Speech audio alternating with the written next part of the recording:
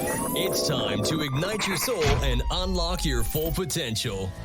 Join us on Beneath the Helmet, the podcast exploring firefighters' health and wellness. Hosted by retired Fire Chief Arjuna George, our podcast is the perfect place to start your journey towards becoming the best version of yourself. So come on, let's join the conversation and find out what sets your soul on fire. All right, welcome back, everyone. Welcome to Beneath the Helmet. It's almost year end of 2023. Pretty incredible to look back on the amazing guests we've had over this year. And today I have somebody to wrap up our season who's been a huge kind of supporter for myself through the podcast industry, but through my book. And I've been on his show, and I'm also doing a webinar coming up shortly that we'll talk about as well. So today I get a chance to sit down with Steve Greene, a huge supporter of the fire service. He's also in his 8th season, which he says in this episode might be his last season with 5 Alarm Task Force. So anyways, we're going to chat about his experience growing up through the fire service, and what we're really going to hone in is on his retirement from a early medical induced retirement. So he talks about his recently published article in Crackle magazine, which is a top-notch magazine. I highly recommend people checking that out, where he talks about what happened after we walk out the door, especially for those who retire unexpectedly. So we have a bit in common there, because that's kind of my situation as well, but his was a bit more physical injuries where he had to depart and could no longer do operational tasks. And as you listen through the episode, you'll start to realize how important and how special the fire service is to Steve. Even though he's been out of the fire service for a number of years, his heart and soul is 100% in supporting, training, educating, sharing the message of behavioral health, but also operational tactics and strategies and ideas and innovations through the fire service. We also have an amazing webinar coming up that's going to be hosted by 5 Alarm Task Force, and myself and Andy Clark will be the presenters for this webinar. So I hope you check it out. There'll be a link in the show notes to actually purchase your tickets. Very cheap deal, and there's a chance to win some great prizes as well. And this is a regular occurrence for 5 Alarm Task Force to hold these webinars. So I'm very honored to be able to present alongside Andy Clark, who's another expert in the field of mental health, wellness, sleep, nutrition. So I think together we're going to be able to provide you some great value. Hope you enjoy this great episode with Steve Greene of 5 Alarm Task Force. It was my honor to sit down and chat with him. So I hope you enjoy the show. Until next time, stay well. All right. Welcome back to the show, everyone. I have another great guest on the show today. A personal friend of mine, a fellow podcaster, firefighter advocate, and just a good podcast friend of mine. We have Steve Greene with us today from 5 Alarm Task Force. Welcome to the show, Steve. Thank you, Chief. It's a pleasure to be here. It's a pleasure to have you on the show. You've definitely been a huge advocate for what I'm doing on the show, but also for a lot of other podcasters, a lot of other authors. You're really an ambassador for people out there making a difference. So just want to thank you for that. Well, it's my honor, and what I define it as is my way of giving back to the service that I love. I didn't get to serve as long as I wanted to, but I still love it. I've never let it leave me. And this is a way of saying thank you by giving back. Love it. So Steve, tell us a little bit about who you are and kind of how you grew up through the fire service, and then they'll kind of lead into your retirement from the fire service. Well, I started out at 7 years old when our fire department in our community showed up for a grass fire, and while everybody ran to the backwoods, I ran down to the engine and met the engineer, and he gave me a lollipop and showed me how the pump worked. And I loved firefighters from that. I didn't want to be a firefighter because even at the age of 7, I knew I wanted to be a rabbi. And but I loved firefighters, and I made my parents take us to the 5 stations in our community. And when I could ride my bike, I'd ride around larger community, around our community. And then when I got my license, I was driving all around Greater Boston, visiting every firehouse I could. Even before I got into EMS, I was very active in the Red Cross in our community. Got every badge and patch you could earn, all the way up to water safety instructor.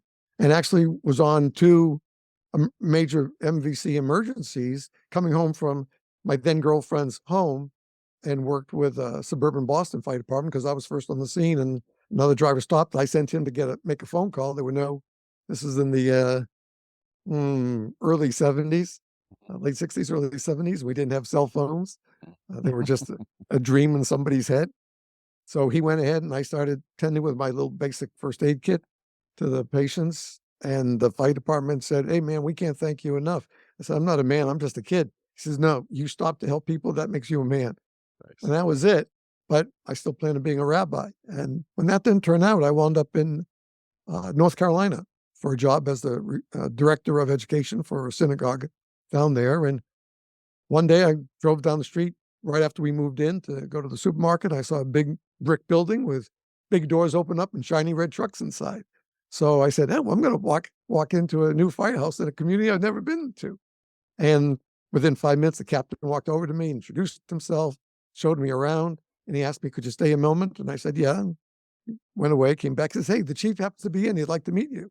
I said, "No, you don't have to do that. I have to go back. I was wearing a suit from my office." And he said, "No, he wants to meet you."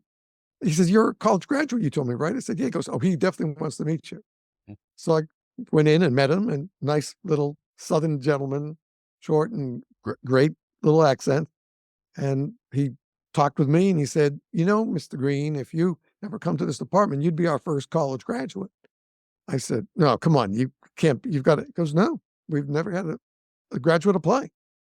He says, "So I hope you'll join." I said, "Chief, I'd like to join, but I have a full-time job. I can't be a hired firefighter." He goes, "Oh, no, we're not hired. We're volunteer here. We only have a couple of paid people, but everybody else is volunteer." I said, "But I work." He goes, "I know you have a big job. You work about 60 hours a week.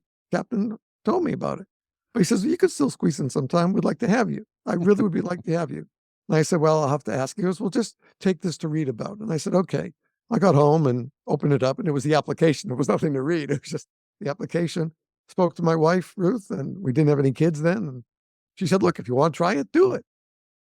And that was it. That was the first step. And luckily, not only did I love what I did, I got to meet the guy who's still my best friend today, 40 some plus years later, from 1977.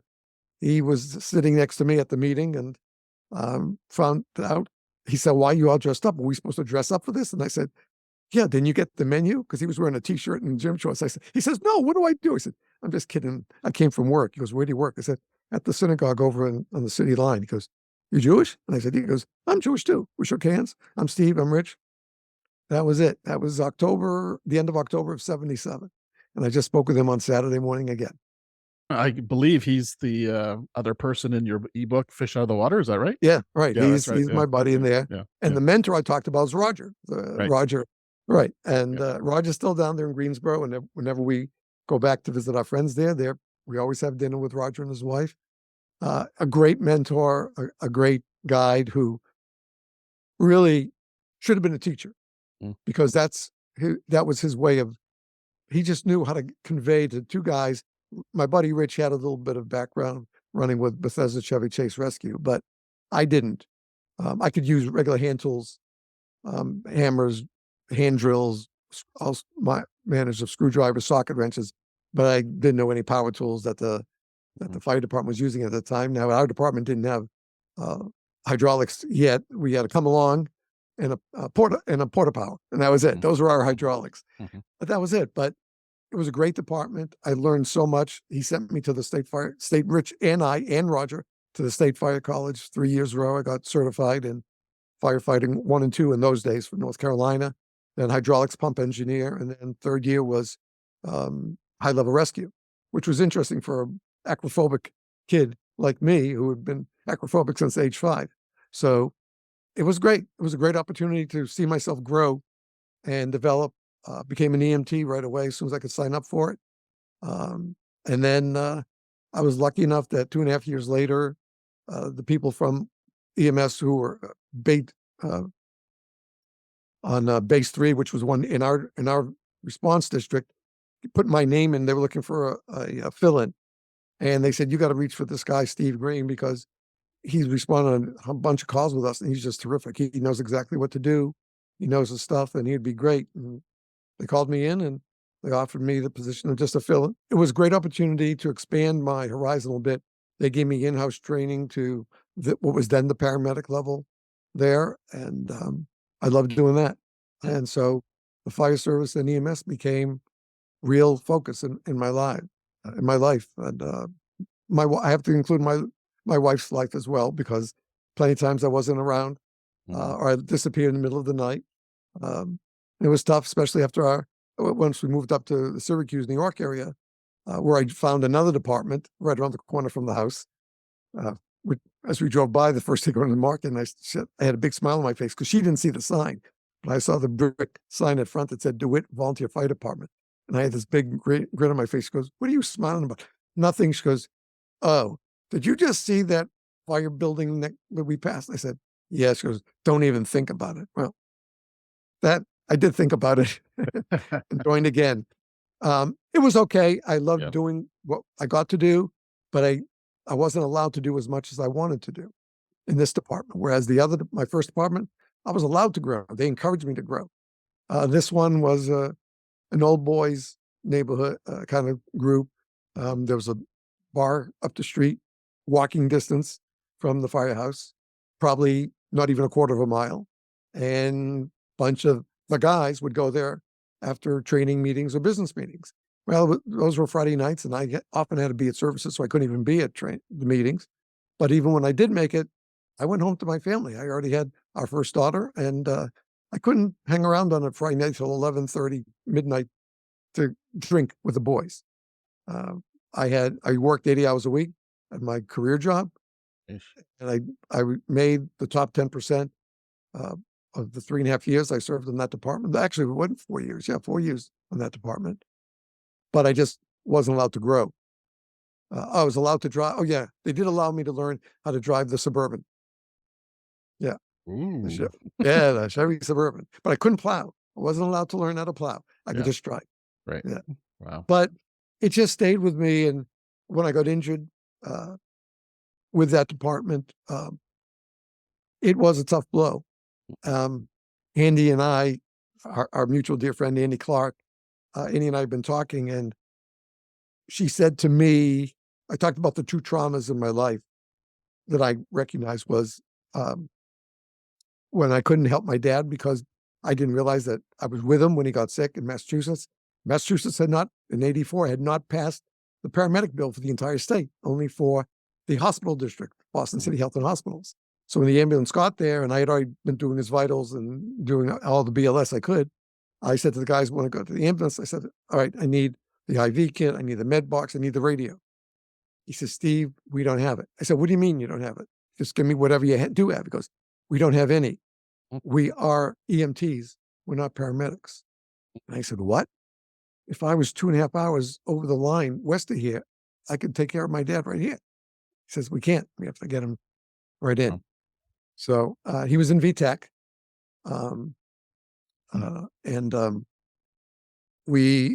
I actually did a precordial thump that put him back into sinus, got him to the hospital, and he did okay, got upstairs. He was viable when we got him in, got him upstairs. And we were talking, he sent me to get my haircut because he didn't like having long hair, because when he had his first heart attack at the age of 44, he was in the hospital in those days for over 3 weeks. My dad, looked like me, just this hair left, but he'd get his haircut every single Saturday morning, and he couldn't get his haircut, and his hair grew, and he couldn't shave, so his beard grew, and he never liked beer. We always thought it was the Beatles and stuff like that. He says, "No." My mom said, "No. Dad had no problem with you guys playing in the band, and it was that when he saw your long hair, and mine was never really long. It was like maybe 3 times as long as this is," and he'd get upset. And he said, "Get a haircut." And that was the reason why. And I understood him so much better from that point of view. And yet he never complained. So I feel bad when I do complain, because he made it. He went through that rest of his life, those next 25 years after he got sick. And he had other heart attacks and stuff, one full arrest when they moved to Florida. But he never complained. He said, "I don't need to talk about it. This is who I am. This is what I got." And we go from there. That's kind of dad he was. And couldn't have asked for a better man. That's good. Nice to hear that. Yeah. And so it was that injury that Andy said, that's probably one of the biggest traumas in your life. You couldn't stay in the fire service. And you're right. I can hear it in your voice for sure. Yep. Yep. Yeah. Yeah. So this is how I give back. I love it. Well, it truly means a lot that somebody who's been outside of the fire service operationally for so long is still so passionate and so giving to the fire service community that I, I don't know anyone else like you, honestly, Steve. I think if more people gave some payback to the people they credit or whatever they did that made them a better person, this world would be a better place. Got that right. We have to learn and remember, as my parents taught all three boys, Mo, Larry, and Curly, as the joke goes, in our family. I'm the middle of the three, but I don't have Larry's hair, unfortunately. But he said, you always have to thank the people who help you. Now, for my dad, that was giving a tip. And that's what I do. When people help me out, service people come that can do things that I can no longer do, like when I took care of my own home, I make sure when they do a good job, I thank them.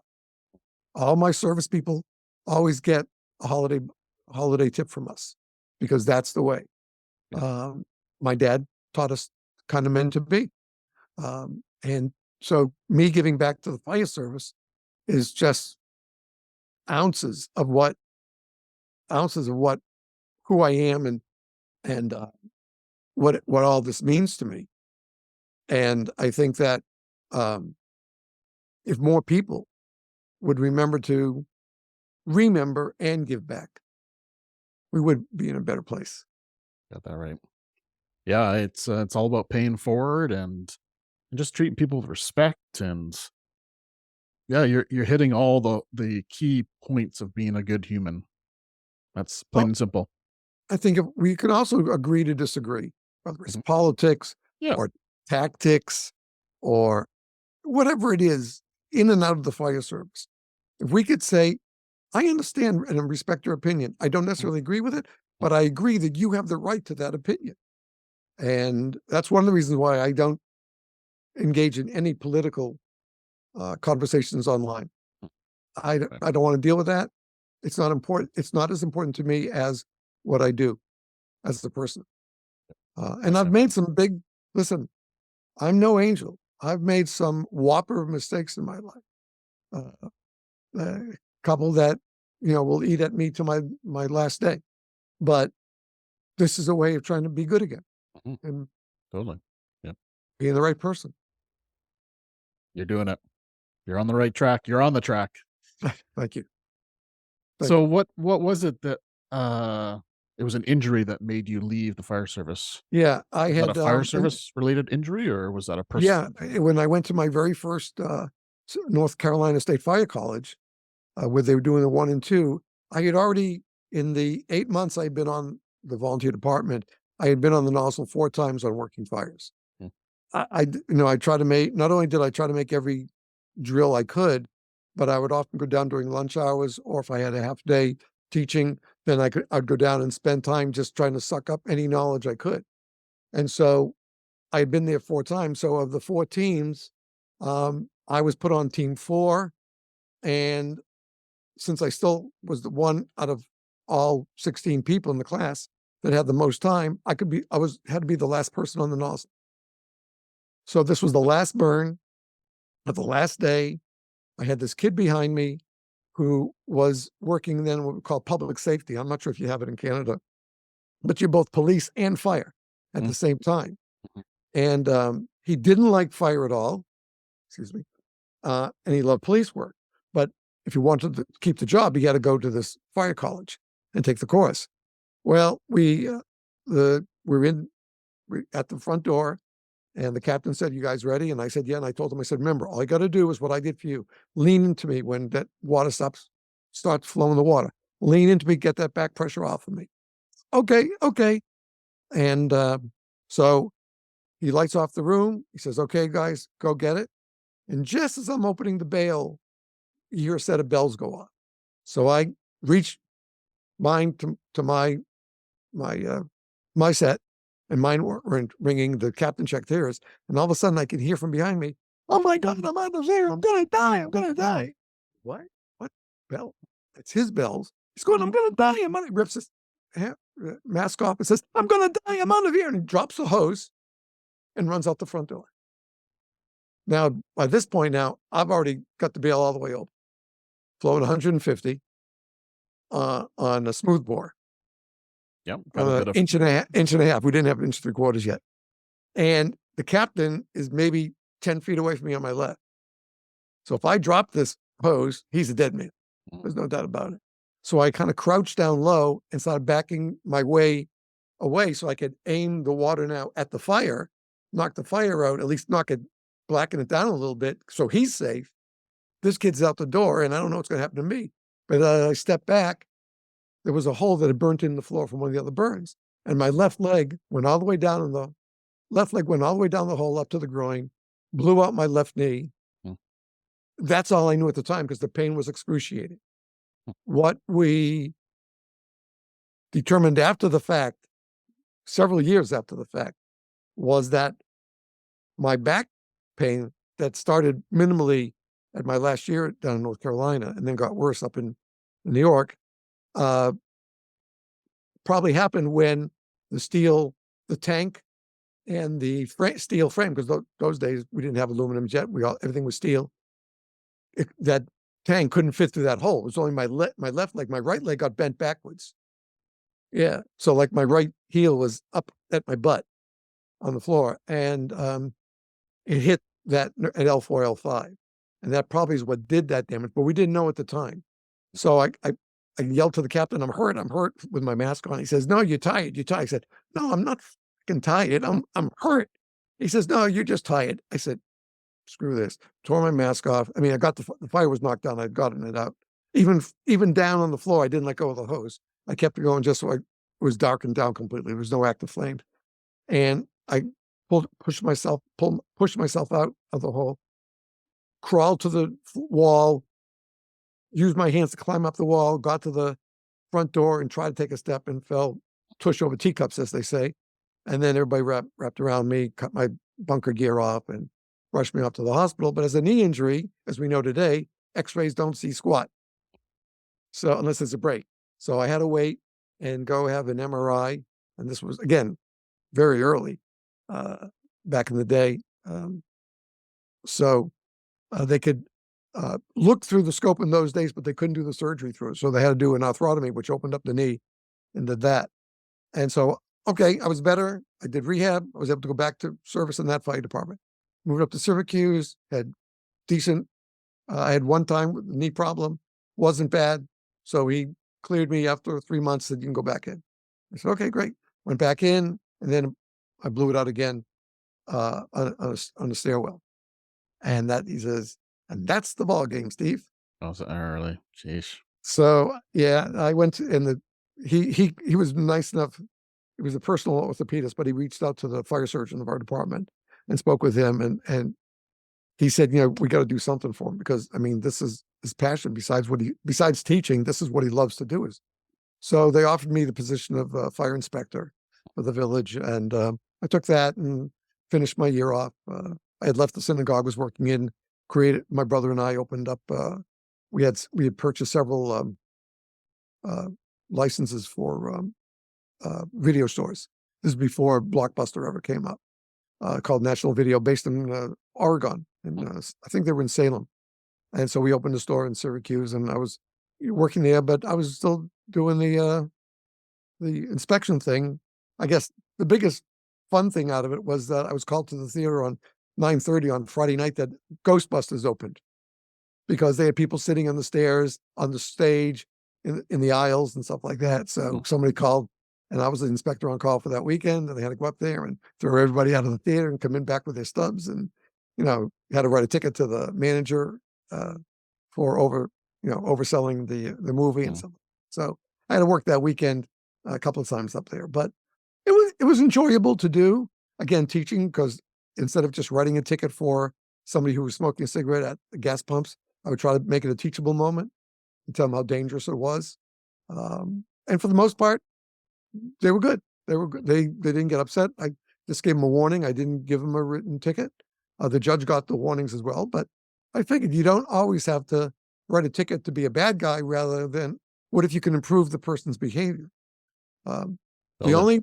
only one I couldn't help and I agreed with was when we had somebody who I had already ticketed once for parking in a fire lane in front of a drugstore right across the street from our station. Was parked there again when we had a fire call in that plaza, and he was right by the hydrant. So they looked at me and said, "Do we do it?" I said, "Do it." He parked there, and I already ticketed him, 6 weeks ago for the same car, same license plate. I had my book. I was able to go back and see the carbon copy. I said, "Do it," and we took out his rear windows and put the feeder hose through it. Of course, it was only 3.5 inches, 3 inches in those days, not nice LDH like we have today. Yeah. But it still felt good to do it. Nice. My orthopedist and the fire surgeon said, we just can't take that chance because, you'll be better after rehab and the surgery and stuff like that. But what if it happens again? What if you're on the stairs and, something like that? It, could be, and somebody's behind you or you're behind somebody and you fall.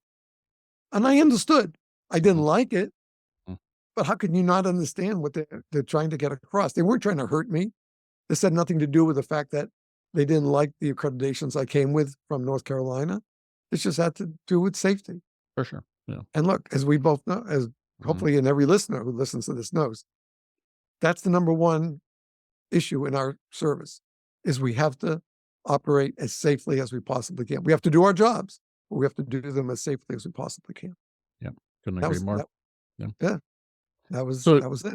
You recently, congratulations, by the way, you recently just got your article published about kind of this journey about what happens after we walk out the door. So maybe tell the listeners of Beneath the Helmet a little bit about this article, kind of just summarize it a little bit, and maybe a couple of nuggets that you'd like to share about what you learned through this process. Well, because I went through it, and I was cut off after 8 years. 8 years that I adored. I loved it. I paid a price, sure, but that doesn't mean we have to love it any less. That's just the nature of the beast. And over the course, even before we really kicked into the behavioral health initiative, and still back in the days we were concentrating on the cancer initiative, I was seeing on social media all these people getting congratulated on their retirements after 25 years, 30 years. I remember 34 years, one person. And when I sent them a message of congratulations and best wishes and, make sure you get some hobbies to do and keep yourself busy, I started hearing back a little bit that they weren't finding it easy because this was their other family that they lived with, whether it's 24/7, 24/48, 24/72s, whatever it was, or even a volunteer. This was your other family. Whether you lived with your own parents or you were parents and you lived with this, whatever, this was your second family. And all of a sudden, you're cut off. You're welcome, but you can't really be with them every shift anymore. And how does that feel? And a lot of people, including one, I guess, relayed to me that one of their senior people took his own life because he was so depressed that he missed his family.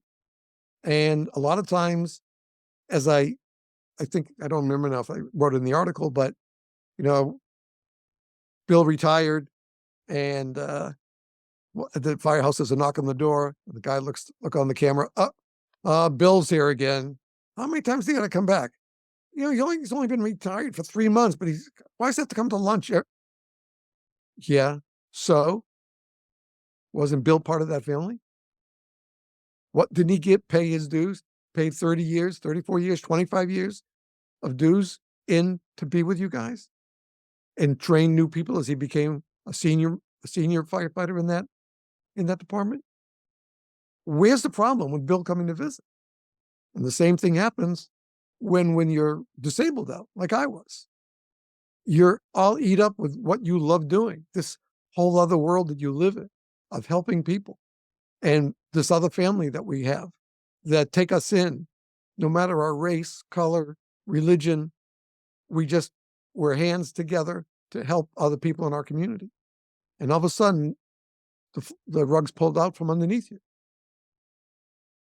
And, when Andy said to me, that's probably one of your biggest traumas, I realized how bad it was for me, but I never categorized it as a trauma. But she's absolutely right. It is. I live with that trauma every single day. We have a couple of calls that Rich and I always talk about, really bad calls that we were on. And we share that because we had a tough time then, but as you well know, those were the days of the 3 magic words for behavioral health. Suck it up. Yep. I was going to say, Suck it up. It Right. up. Yep. Right. And that's what I was told that night when I came out of the locker room with my tears, my face all red, and I'd been throwing up and crying and everything. And the driver on the engine that day came around. He said to me, "You all right?" I said, "Yeah, I'll be okay." He says, "Was it the call?" And I said, "Yeah." He goes, "Suck it up." We can't say that anymore. We can't let somebody live their life in their traumas. We're all going to have them in this field. Any of the 3 branches of first responders, because we see it. We see it. And when your eyes are open and your ears are open, and you see the postings of how many of our firefighters, how many of our law enforcement officers, how many of our EMS personnel are taking their own lives because of the trauma, what they've been put through, and the hours, and everything else that we face. We have to realize that if all we're doing is saving the people in our communities, then we're not doing our job. Because we have to save the people in our departments. They have to come first. Because if we don't have them, then who's going to take care of the people in the community? So, Steve, what would you tell somebody who's listening right now who's considering retirement in the next 6 months, a year? How could they prepare themselves a little bit better to have a smooth transition? I would say, number one, talk with your family about your upcoming retirement. Let them know that it's going to be a big change for you. You may not even know yet how big a change it's going to be, because sometimes that love, that passion keeps burning, and we expect everybody else to honor that burning that we have. Mhm. And they don't always do that. So talk with your family, have their support. Sweetheart, kids, do you really think this is the right thing for me to do? Are you guys okay knowing that I'm not worried about the money, but about me, that so you need to have their support. That's the most important thing first. I also think that you need to talk with your department heads, your chiefs, or the chief of the department, and let them know and ask them, how is there a way for me to keep that I know I can't work anymore. I can't ride the engine, can't ride the rescue, but can I play a volunteer part to help out around the firehouse maybe a couple times a week? Get some hobbies if you don't have any. Now, to me, growing up, most firefighters that I got to know and meet and got to know them even from the communities around Boston, either had good hobbies or they had second jobs that they loved doing. And they looked forward to their day off from the firehouse so they could do the job and make some extra money. We had that at our own home. We had a couple of firefighters when my dad decided to put the wooden fence around our whole backyard, he had got a referral to a couple of firefighters from our town. And they came and did all the work, and they were great guys. But they couldn't finish it all one day because they were on duty the next day. So they came back 2 days later and did it. So if you have some hobbies or you're involved in a second job, see what more you can do. In other words, to really enjoy your hobbies. Make plans to enjoy them. You may not get to spend all that time with them in these final 6 months, but make plans to how you'd like to enjoy those hobbies when you have time, whether it's fishing, whether it's sailing, woodworking, whatever you want to do that gives you that inner peace, because that's what we all need to find. I think you bring that up in the book, in your book, Finding joy. finding joy, Yep. right? Finding the stuff that makes us happy that's outside the fire service. Doesn't mean turning our backs on the fire service. It just means I love that, but I love going out fishing. I love that saltwater spray, and I love, bringing in a good salmon or something like that. That's great. And get passionate about the hobbies that you really care about. That way you're going to have a more of a cushion, I believe. And I've only learned this from not having done it because I wasn't afforded the opportunity. Mine was just, being cut off at the knees, pun not intended, but so I didn't have a chance to prepare. And I was lucky that the department gave me the inspector's position to spend my last 9 months with the department still doing something productive that I felt productive, was helping the community. It didn't necessarily have to help the department, but it helped the community, and I felt good about that. So that's what I would recommend, is just prepare for your retirement, not just the bash they're going to throw you, but prepare for what life is going to be after that last shift day that you're going to be there. Yeah, so true. I know so many people that have been in there for 20, 30 years, and it's a real struggle in that retirement phase. So for you, how would you support or give some nuggets to people who somewhere down the line, they find themselves medically retired as well? How can they transition through that difficult challenge? Any tips you could give our listeners? Number one is don't look to blame. Mm. I had somebody to blame because what that person did would not even be tolerated on a fire ground today. But and even the next morning at graduation, when I showed up with crutches, I didn't think I was going to even get the certificate because I didn't finish the drill. But my two buddies with me, Rich and Roger, and they said, let's see if he has the cojones to come and apologize. And he didn't. And they want to go beat the crap out of him. I said, no, just forget about it. Just forget about it. He's young. He's immature. He hated the fire side of what he had to do. I said, it's not worth it. You guys, let's just sit down. You guys get your certificates. And we head back home to Greensboro. And yet they called me out. And I was very surprised that I was going to get the certificate. But look, we know the day that we sign the paper, whether a volunteer, career, WUI, makes no difference. We know there's a risk in this job. Whether you get paid for it or you do it, you get paid out of the love in your heart for it. There's a risk. Some of us make the ultimate sacrifice, doing the best job that we feel we've ever had. But sometimes we get hurt. And sometimes it's enough to take us out from this career or passion that we have. So again, when it happens, you're not prepared for it. That I'll vouch for. But you have to go through your wailing, your lamenting period, because you need to. I think Andy would back me up in saying you need to know when to mourn, when to be sad, because we can't always have this wonderful smile on our face 24/7. It doesn't work. Crap happens in life.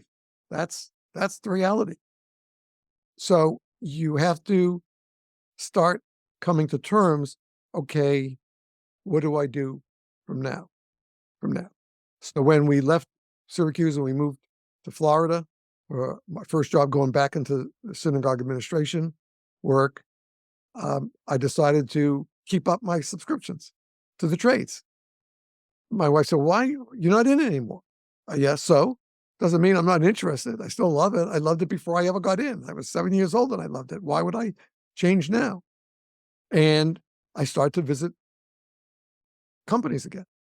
I'd go to fire departments wherever I lived, and I would go and visit, tell them who I was, show them my badge. I was always welcomed warmly, often invited to the lunch meal or have dinner.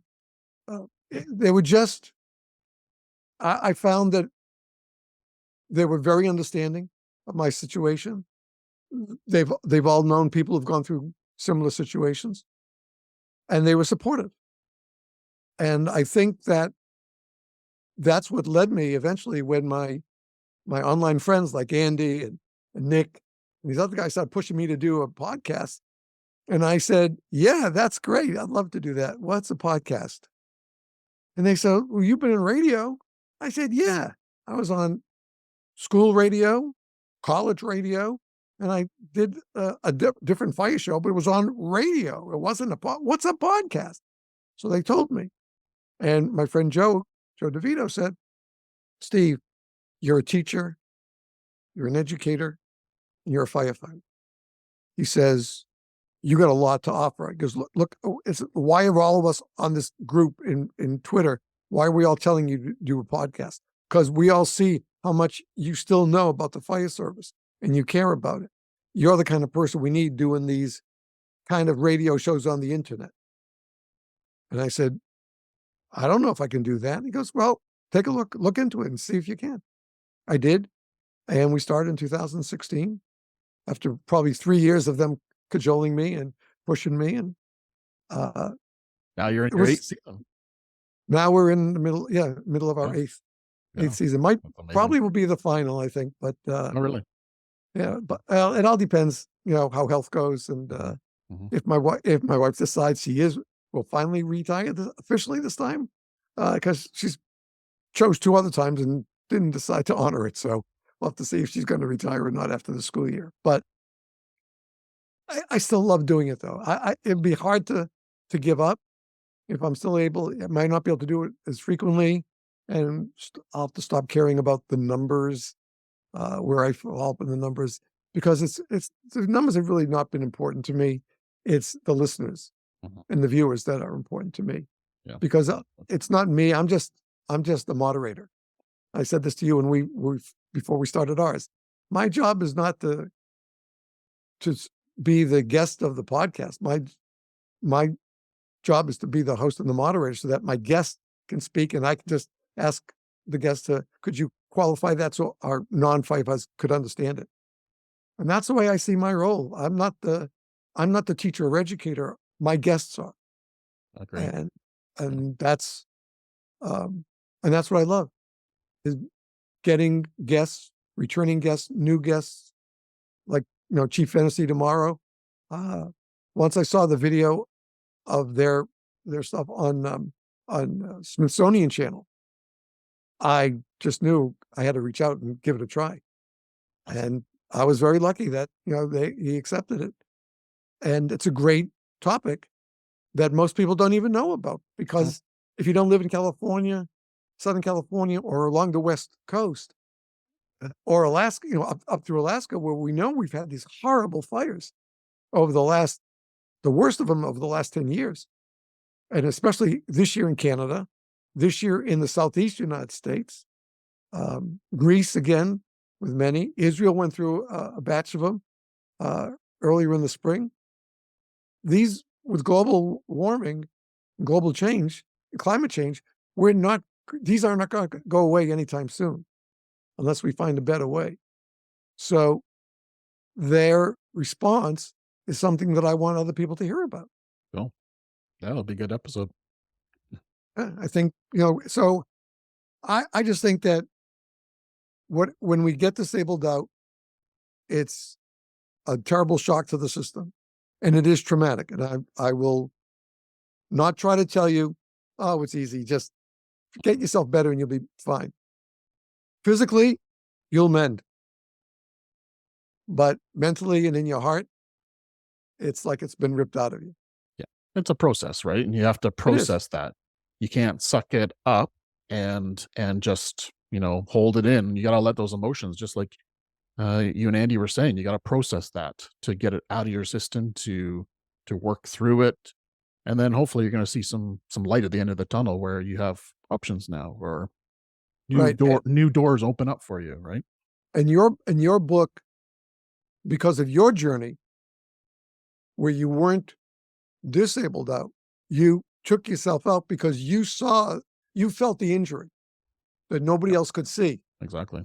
And I think that the great men and women of the fire service in both our countries and in all countries have to learn that they have to take care of themselves. As we say, even in our PSA, the first person, if you want to take care of other people in your community, the first person you have to take care of is yourself, whether it's your physical health or your mental health. You have to take care of yourself. Otherwise, you will not be at the best level to take care of the people that you swore to protect. And taking a knee is brave and it's courageous and it's the smart thing to do for that person, right? So taking a knee should never be looked at as being a negative, wimpy failure. They've realized, they've come to the conclusion that they need to take a break. Maybe it's a short break, maybe it's a long break, maybe it's for a break forever, but they need to take a break. Right. And slowly but surely, more and more departments are, through HR, are creating mental health days off that are separate from your sick days. And I think there's not enough of it happening, but I think it's a great beginning that we're seeing that, and people are talking about that. You're Dave Wiklansky, who will be on my show after the first of the year. And David's been on before. Early on, I got to meet him back in 2016. I think I first met him when the first Great Florida Fire School came back. And we just kind of like hit it off. We had a breakfast with a couple other firefighters at the hotel one morning. That was one of the greatest discussions in my 45 years being attached with the fire service one way or the other. One of the greatest discussions we've had. And one of them, and this was long before the behavioral health initiative was talking about, is this: we got to take care of ourselves first. Not just our bodies, but what about up here? Look at all the crap that we see. You just can't see all that and just say, oh, life goes on. What a la-di-da. It's got to take a toll. And I said, you think so? And David said, absolutely. It takes a toll on all of us. Whether we admit it or not, it still takes a toll. You go under the bridge on the turnpike, and even if you don't have the automatic money thing attached, they get a camera, and you're going to have to pay your dues to the Turnpike Authority one way or another. So you're going to have to pay your dues one way or another. You just choose: are you going to choose the easy way to do it, or you think you can do it all by yourself and you don't need anybody's help, and you'll get over it? And then you find out 6 months later that you're worse then than you were at the beginning, when you had the chance to jump on it and help yourself. Yeah. And we have to help our members avoid the stigma of behavioral health issues. It's okay, because we all have them. Just some of us are more brave than others to admit that we have them. Yeah, every single human. You stand out as that shining example, because you weren't just a firefighter. You weren't just a line officer. You weren't just the assistant chief or a battalion chief or a deputy. You were the chief of department. And you got pushed into that job at a very young age that most other chiefs never get to see. But those next 20 years that you thought were going to be wonderful had a terrible price for you and for many of us.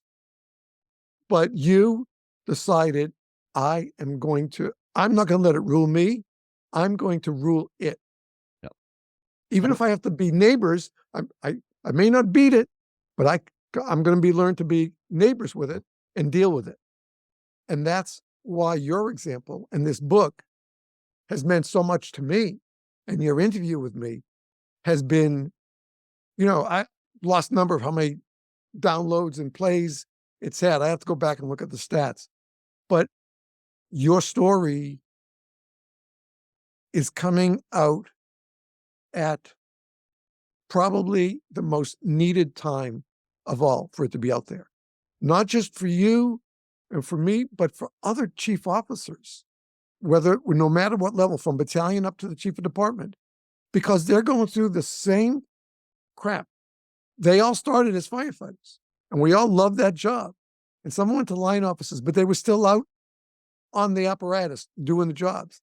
But once you go you get the battalion chief and you get to do some, but there's a lot of administration. And then anything higher than that, you rarely get to go on even the good calls. And when you're listening to it, you're sitting in the office going over budgets. And can I afford this new apparatus? You're not seeing all the fun that your men and women are having out there on that call.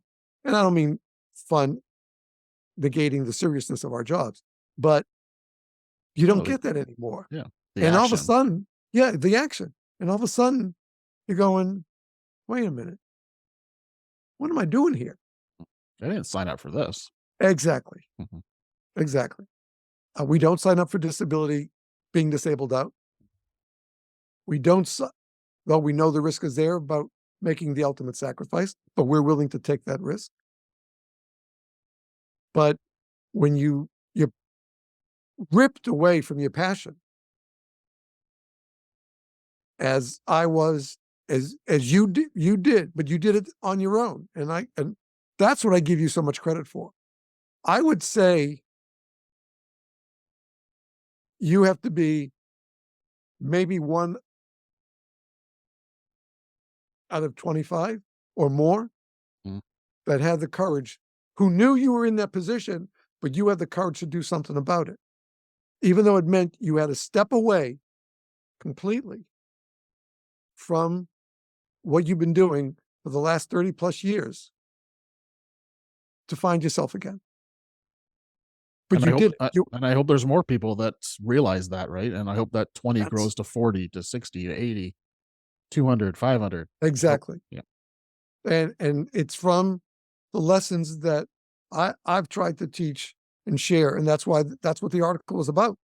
Because we need to understand that when our people, our buddies are either retiring out or are disabled out, there is an emotional change that comes over every single one of them.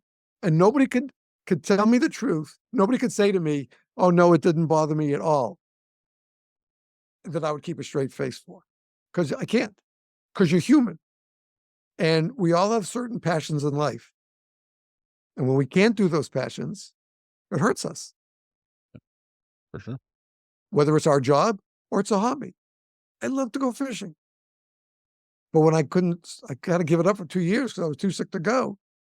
It just gnawed at my belly all the time. I would watch the fishing shows on TV. And, oh, man, I wish I was just out there, just in my canal right down the street, just go for a couple of bass or a couple of crappies or something like that. Couldn't do it. And it bothered the hell out of me. And I'm not a pro fisherman. I just love to do it. Just, to me, the worst day fishing is still better than the best day at work. Yes. And it's peace. It's quiet for the most part. And I love fresh water or salt water. But that was my escape. And I did that a lot when we moved to Florida, after, 8 months after my injury. So we came here. I couldn't serve. There was no volunteer department where we were living. So I turned to fishing because I was only 7 miles away from the water, from the ocean. And so I found that, and I found other things. And this podcast came up, and I love doing that. So I still find myself affiliated. As a matter of fact, when I went to that first, my friend Joe invited me to that first Florida State Fire College, and he came to me it started on Sunday, and he came to me on Tuesday afternoon in the hotel lobby. We bumped into each other, and he came up to me, put his arm around me, and he whispered to me, "Hey, Steve, do you feel like a firefighter again, being here with the rest of us?" I said, "Yeah, Joe." Passed me a mic. Man, that's all I wanted to hear. Right. That's the only, because I know you're doing the video and the photos, but that's the real reason why I brought you here, is I want you to feel part of it again. Beautiful. Good friend. Good friend. Yeah. Good friend to do that. I'm sorry, go ahead. I was just going to say that's a lot of, kind of important nuggets that you just shared for those who might find themselves in the same situation that you or I was in, right? So thanks for sharing that. You mentioned the behavioral health initiative quite a few times. Tell us a little bit about what that is and how you're involved in that. Well, my position, because of what I went through, that this has always been a part for me. is to thinking about what happened to me and when I got torn away from what I loved, and what happens when firefighters with a lot more time than I did, in my 8 years, have to retire, and how they feel. Plus the fact that one of the things that we've talked about already in this discussion and many of the other podcasts is what we see in this job. Once in a while, we have good things like we deliver a baby. I got one in my 8 years, one baby in North Carolina. That was always a dream for me. I It always wanted was, it was scary as all get out. Luckily, I was the third person on that rig, so I had another guy and another gal with me, and but it was amazing. Tears in my eyes, but happy tears, to do something like that. But the other hand is that it's when it's not the baby that we deliver. It's the baby that we lose. Or we've worked 35, 40 minutes doing CPR manually on a victim, and we got a little bit of a sinus rhythm going, and then they arrest again. So we start CPR again, and we work and we work and we work. We may have the old, like I had my day, the thumper. Now we have the new versions of that to do the automatic AEDs. compressions, right? Not just the AEDs, but we have the new version of the thumpers. Yeah, the yeah. new, The compression. Yep. But when I remember that when I joined EMS, when they hired me, they offered a pin for every 5 saves that you got, and I was working on my 3rd pin in just my 11 months with them. Wow. But it wasn't just me. I mean, it was me and my crew, and we got the credit for each one. But it's the ones that you don't revive for whatever reason. Maybe it was too long before they called. Maybe they tried doing CPR and they didn't work, so then they called, and it was too late for us to get to. The motor vehicle crashes. I know we used to call them MVAs a lot in my day, but we've stopped calling them MVAs because there are MVCs, because they're collisions. And today, few of them are accidents for both parties. Usually one is an accident for one party and one is not the accident for the other party. But we see the results of those. We're not there to see it, God forbid, because we know what's happening on our roads and highways with distracted drivers, infotainment systems that play videos now, drivers watching videos as they're driving, and they're penetrating our safety zones when we're on scene. Anywhere from a 2-lane highway to a 12-lane superhighway. We're not safe anymore, no matter what we do. We saw the end of last week, I think it was Thursday or Friday of last week, 2 police officers and 2 firefighters were struck by a DUI driver who went around the barricades to plow right through their work field, their work area. Thankfully, they were all taken to the hospital, but all with basically minor injuries. Thank God for that. So we see this stuff. We see the results of these collisions. We go to construction accidents. We go to drug overdoses in difficult neighborhoods that we're not used to because it's a different milieu than we live in or we grew up in. We don't have time to start looking at people because of the color of their skin or their belief method. We have one job to do, and that's to serve those people on their worst day, just like Mrs. Smith and the way Chief Bruno taught us. On her worst day, even if it's just her cat's up a tree, that's her worst day. And our job is not to make fun of her. Our job is to go there, tell her we're going to take care of her problem. We climb that ladder, we get that kitten down, hand it to her, and say, is there anything else we can do for you, Mrs. Smith? And we part with a smile. That's our job. But we see a lot more than that, and it takes a toll. And anybody who thinks that it doesn't take a toll Talk to vets who come back to this country after Korea. There's still a few of them around. After Vietnam, after our wars in Iraq, Iran, Syria, etc. Ask them how easy their jobs were. And I know my dad, may rest in peace, was a cook in World War II in the Pacific.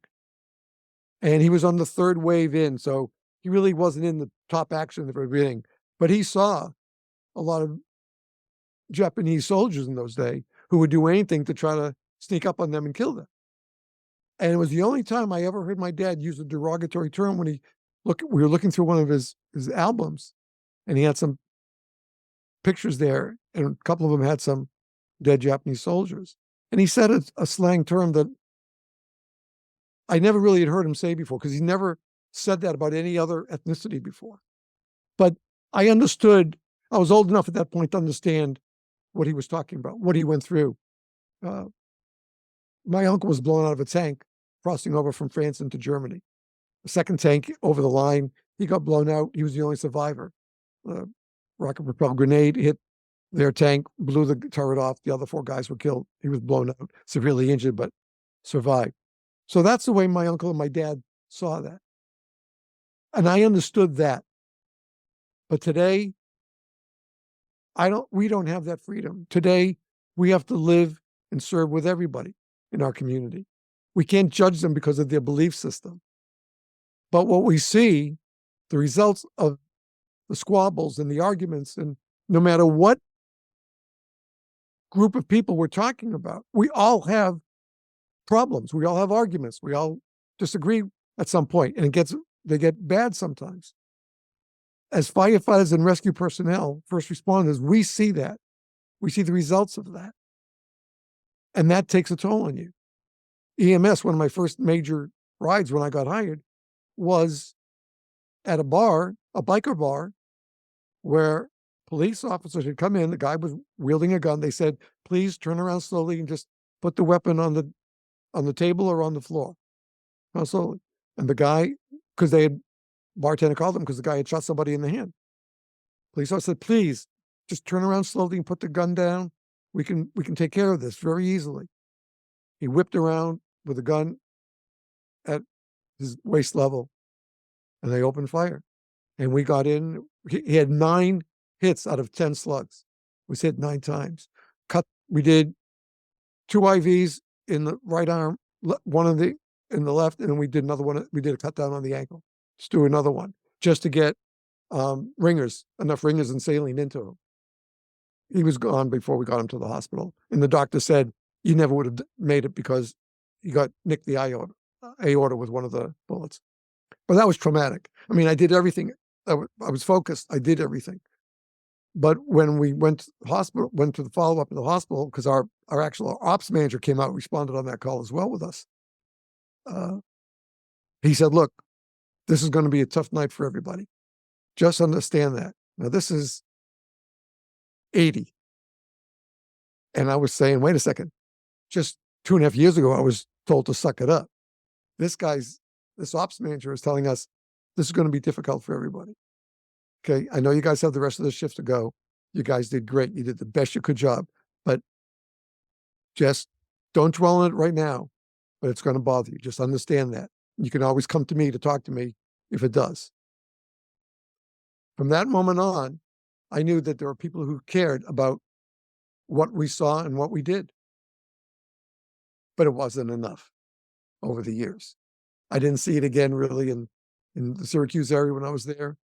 And it took a long while before I saw other people willing to say there's more to it than just responding, taking action, picking up and going back to the barn.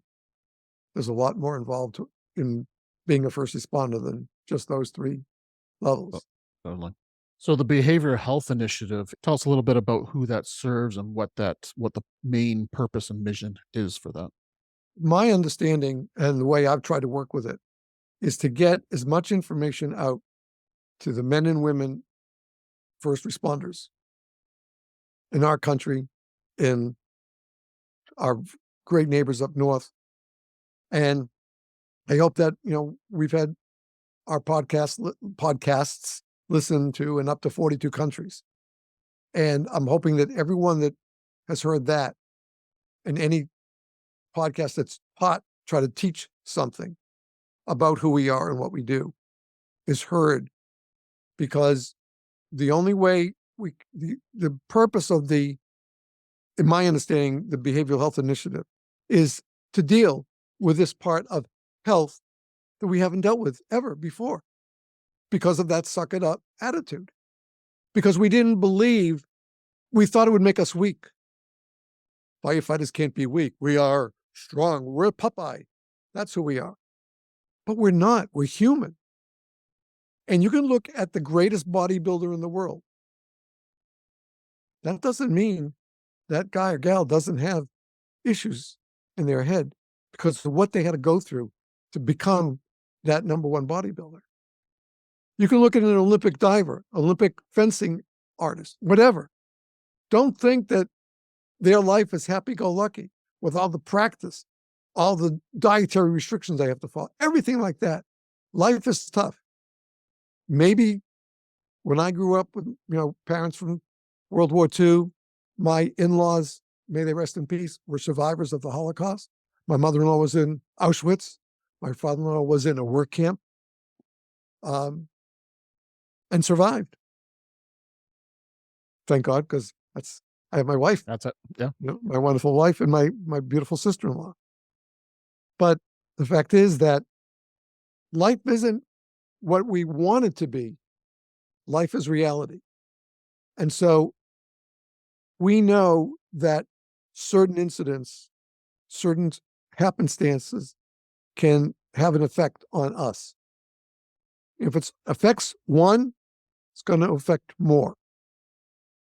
And we have always been afraid to go to that person in our department and say, Kathy, are you okay? You're not that smiling, bubbly self that you've always been the last 2 years I've been here. Everything okay with you? People are afraid to do that. Oh, I don't want to butt into their business. You might be saving their life, because if Kathy's demeanor has so seriously changed, she may not open up to you, but at least she knows that somebody noticed and somebody cared enough to ask her. Maybe Kathy doesn't even realize it herself. Exactly. Yeah. And that might be that first footstep towards her learning about herself and getting help, if necessary, for her. With only one person saying a couple of words, are you okay? Can make the difference, might make the difference in that person getting better or losing that person. And so I hope, in the way I see the Behavioral Health Initiative and the purpose of this webinar, that you and Andy Clark have so graciously accepted our invitation to present that, is to share this idea. You have so much to share from your book and your consulting and coaching, what you do, because it's your personal story. You're not the physician. You're not the psychologist writing the book about my patients. This is your biography. Today, you're letting me tell my story of what the trauma I went through just by being disabled out. And yet nobody ever saw it like that. I didn't, until she just said that to me 2 weeks ago.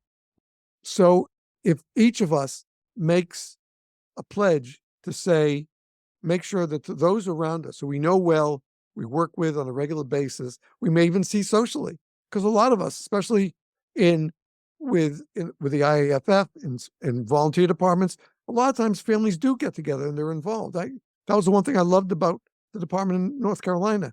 A lot of times family birthdays of the kids, even the adults, were held at the firehouse. And there was a little party involved. And sometimes it was just certain invitees, and then they opened it up to anybody else who wanted to come in as well. And I thought that was wonderful, because it became a family event, not just a firefighter event. And our wife and our spouses and kids were there. Unfortunately, we didn't have female firefighters in those days, which I did not agree with, but that was the mode in that time. But if we decide that we have the ability, just like when we answer a call, the officer, that first officer decides what we're going to do and tells us the regular petty bourgeoisie, the grunts, what we have to do. And we do it because that's our officer and they're guiding us. We can each be an officer of behavioral health in our department. We can look out for the people that we care about, the people on our shift first, including yourself. Because if you don't take care of yourself, you have no business reaching out to anybody else. Because you may not know what to say until you look in that mirror. That was a great lesson my dad taught us. He says, you got to look in that mirror and ask yourself, because that guy in the mirror or that girl in the mirror knows every single secret you have. And you have to, so when I got this bad grade in freshman exam, my dad said, did you ask yourself, did you do enough study of it? I said, Pop, I really did. And I counted down. I spent 11 and a half hours in the library in 2 weeks' time researching that article. And I retyped the article 4 times before I handed it in. He says, okay, so all it means on that topic, which was not something you're interested in, you just had to take it for a gut course, you were a C+ student. He said, also remember, you're not in high school anymore. You're in a college. You're in an affluent college where there are students from all over the world. And some of these students are brilliant. He says, that doesn't mean you're not smart. It just means they're smarter. And that is not a negative impact on you. You've always been an A student. Just go in there and take the rest of your courses and do your best to be an A student or a B+ student, because I don't care what your student marks are, as long as you're trying your best. That's all I want you to do is try your best. Because I didn't try that. I only did what was safe. So that's the way I learned my lesson from him. And that's how you grow, right? Is 100%. Exactly. That's how you grow. Yeah, exactly. But I think we all have the ability, if we choose to, because we made a big choice to come into being a first responder. We know that. That is a big choice. It is not an easy choice. Not an easy choice for our families to accept either. But we also have to admit to the fact that we are fragile. Our egos are fragile, sometimes to a fault, but our psyche is definitely fragile. And you can pretend all you want that you're macho. You don't need any help. You ask that guy or girl in the mirror, they're going to say, what the hell are you talking about? You don't need any help. Are you crazy? You are crazy because you're telling yourself that you're fine and you are not fine. And I'm telling you, you're not fine. And I know if nobody else tells you, I'm going to tell you. And that's what that mirror does. Yeah, it's a good lesson. It's a good lesson. So you mentioned this webinar, this amazing webinar that you got coming up. Tell us a little bit about that before we close up. Well, it's January 23rd at 6:30 p.m. Eastern. The webinars are our way of raising funds for our foundation account. The foundation account is what we put together in the middle of the pandemic when we launched the corporation from the podcast called 5 Alarm Task Force Corp.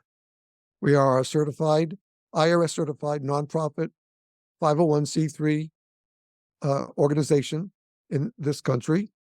And the goal is to be able to help our brothers and sisters and or their families in dire need. We've been blessed to be able to hand out nearly $6,000 in just 3 years.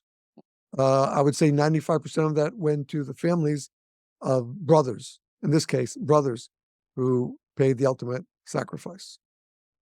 And what we do, yes, there are local, state, and federal benefits for the families of a firefighter who dies in the line of duty, but they don't come right away.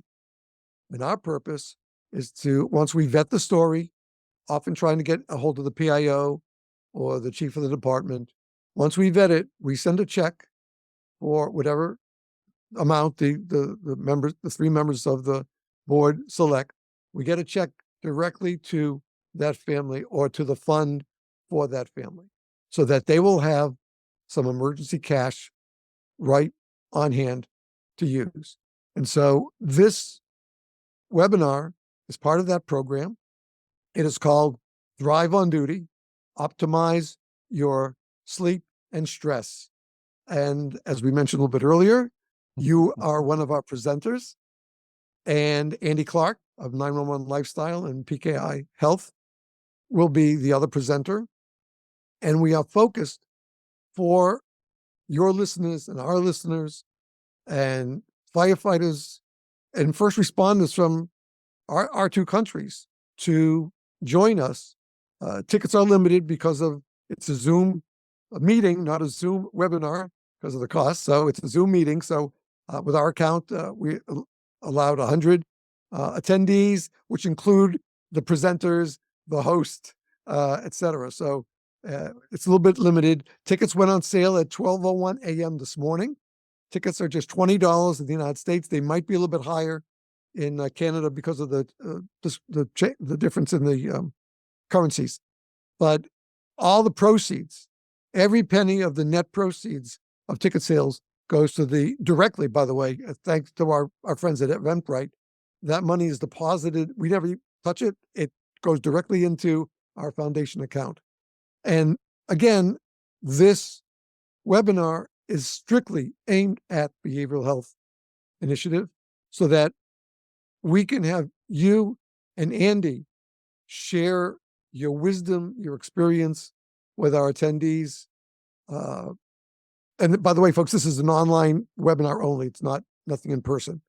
But you both bring, and you were both on within a couple of months of each other on the show, basically. And you both brought so much and will bring to this webinar so much insight from your own lives. And I think that's what concretized it for me, is that you weren't just two specialists in behavioral health teaching. You're teaching from your own, both of you are teaching from your own personal life experiences, what you went through and how you, like the phoenix rising from the flames, you both rose from the flames of your difficulties to be excellent leaders and almost diagnosticians and helpers for those of us with behavioral health issues. And not only that, but the two of you are beacons that show that it's okay for a fire chief to say, I'm not right. I'm not who I was. I'm not the right person anymore.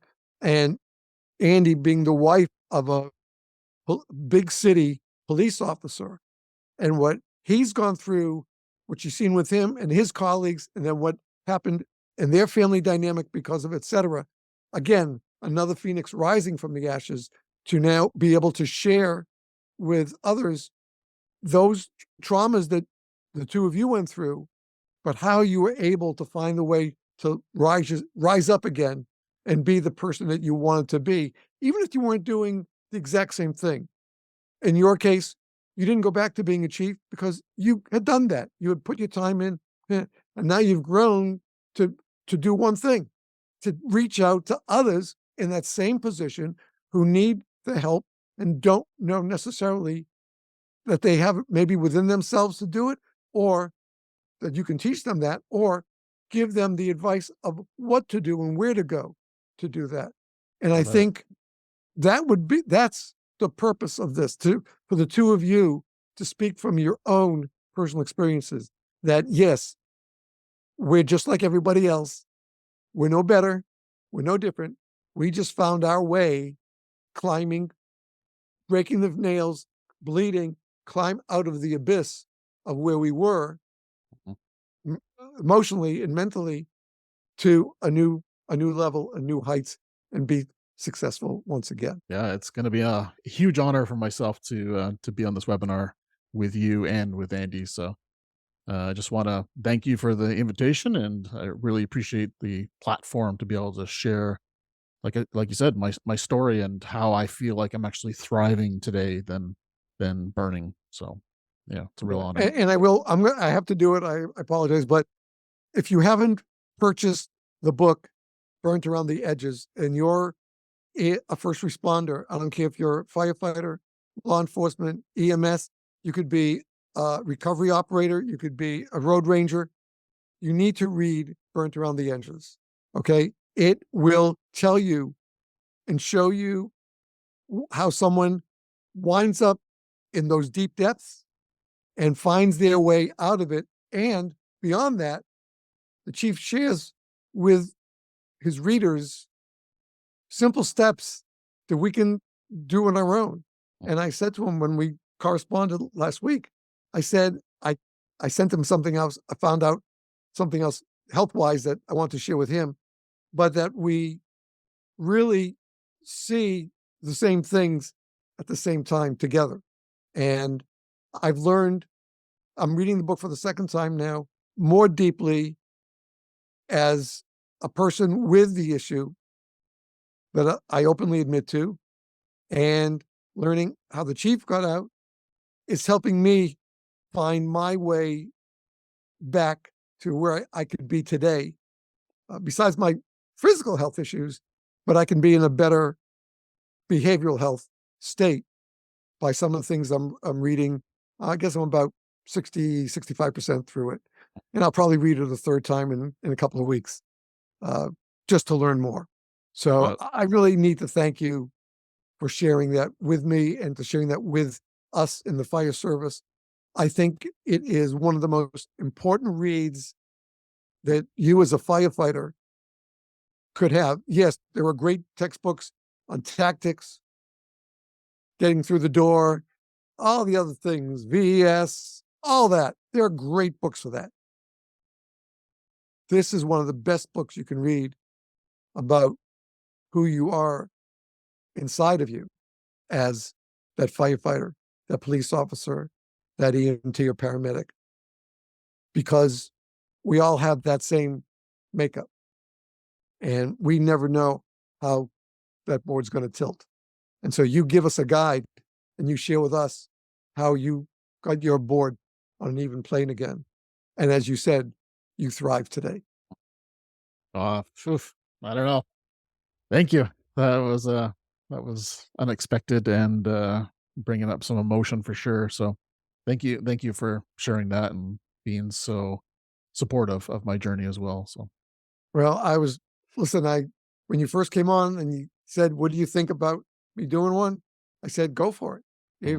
I said, "You've got enough to share," and I said, "Just go for it. If you need me for anything for equipment, anything, just call me, and I'll help you any way I can." And somebody said to me, first time I made the announcement that you launched the podcast, somebody said, "Why would you publicize his podcast launch? He was just your guest, and now he's doing his own." So I think I need him. Totally. You think I'm the demigod of podcasts? I said, there are a gazillion great firefighting podcasts out there. I said, but there are only a couple that tell this story and address this issue. I said, so number one, yes, I usually do 13, 14 other podcasts at the end of every episode of 5 on Task Force. We list other firefighting podcasts to listen to. And several of them started with me. They were my guests, and then they came to me and said, "We want to start our own," and they did it. And people say, "Well, aren't you bitter about that?" I said, "Why would I be bitter? I couldn't be more proud." It's like, the mother hen. These are the chicks I laid, and they're going out and finding their own way in the world, and they donate. They're giving back to the fire service. Why would I not like that? Yep. I think sharing the message of other podcasters is all you're doing is sharing a message. Exactly. So it's like, why wouldn't you? So, I said to somebody, this does not detract. Whoever wants to listen to my podcast will listen to it. Whoever doesn't want to listen to it doesn't have to listen to it. I'm not here for everybody. I'm just here for those who want to listen. So saying that, Steve, share how people can connect with you and how can they listen to your podcast and find out more about Steve. They can go to our website, is www.5-alarm-taskforcecorp.org, and they'll bring you to our website. My biography is go down to the bottom part of the page. They'll give you a quick link to the bio that's in a different area of the podcast. You can reach us at the time at either the email dalmatprod, D as in Delta, A-L, M as in Michael, A-T Tango, prod, one word, P-R-O-D, dalmatprod at outlook.com. Or you can always drop a line to Steve G at, again, the numeral 5-alarm taskforcecorp.org. Either way, the message will come directly to me. Awesome. And you're on a lot of social networks as well. Yeah, we're on X/Twitter. We're on Instagram at 5-Alarm Task Force. We're on LinkedIn under my name, Stephen, with a V, S, middle initial S like in Sam, last name Green with an E at the end. And on Facebook at facebook.com/5, then in caps, A Alpha, T Tango, F Foxtrot, C Charlie. Oh, you could have made that any easier, eh? That's a mouthful. That was it. Well, Steve, it's an honor to have you on the show, to learn from your wisdom of years and years of, being in the fire service or being around and surrounded in the fire service, sharing your nuggets about kind of your process of going through being disabled out, and your wonderful article in Crackle magazine. That's an Crackle. accomplishment. Yeah, great job. And it's just, I appreciate the support that you've given myself over this journey as well. So I just want to acknowledge you and the great work that you are doing. So thanks for joining us on the show today.